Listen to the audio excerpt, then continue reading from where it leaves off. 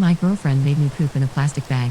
I'm 26F, and my girlfriend is 30F. This is a throwaway account. We've been in a relationship for about 10 years and are engaged. My girlfriend has always had issues with hygiene and keeping the house clean. She never did household chores as a child or teenager, and this behavior only intensified as she got older.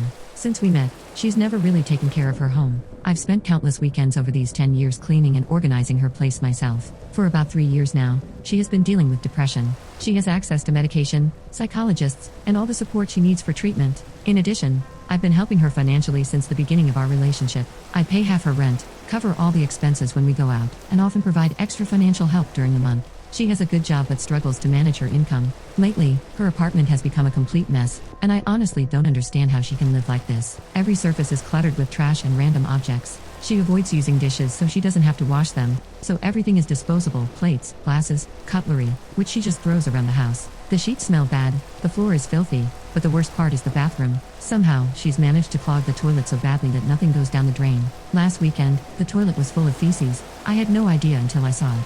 Every weekend, I go to her place to spend time with her, and on that particular day, I really needed to use the bathroom. When I lifted the toilet lid, I nearly gagged. I couldn't even sit down. When I went to talk to her about it, she told me she had been going in plastic bags, and that I should do the same.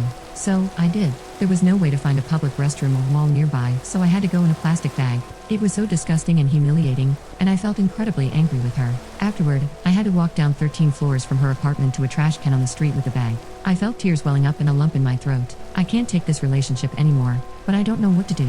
How can I leave her like this? My girlfriend's depression is ruining my life. A commenter. First off, that's really foul, and I'm sorry you went through that. Secondly, you don't owe her your peace of mind or your mental health. People with depression can hit a really dark place, but it's not anyone else's responsibility to coddle them, baby them, or let them drain your energy.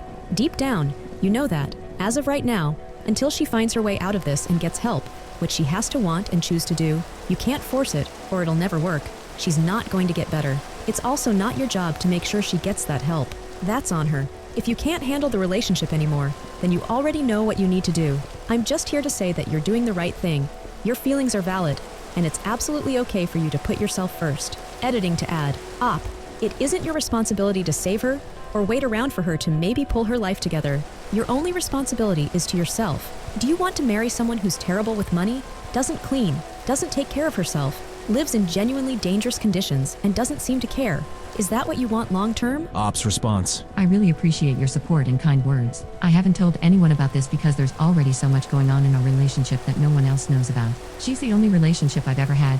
We've been together since I was 16, and I've always felt responsible for taking care of her.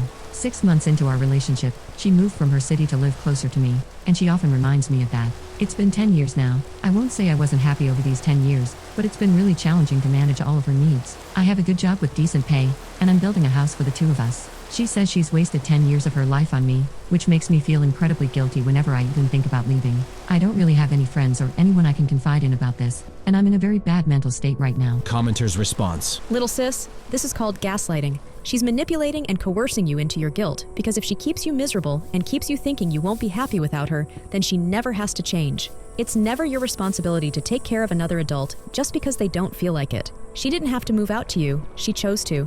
You don't owe her anything. Don't let her treat you like a doormat, or like the rest of her stuff. She's gonna cover you in shirt and filth too. A real relationship is a two-way street. She isn't pulling her weight. That weight isn't your problem, it's hers. Another commenter. Honey, please take it from a potential friend who is 40 and got entangled with an emotionally immature adult when I was 16. This woman is not, and never has been mature enough to be in a relationship with you. Not a real adult symbiotic relationship. She latched onto you when you were just a kid, and her a young adult, and literally groomed you into being her lover and caretaker.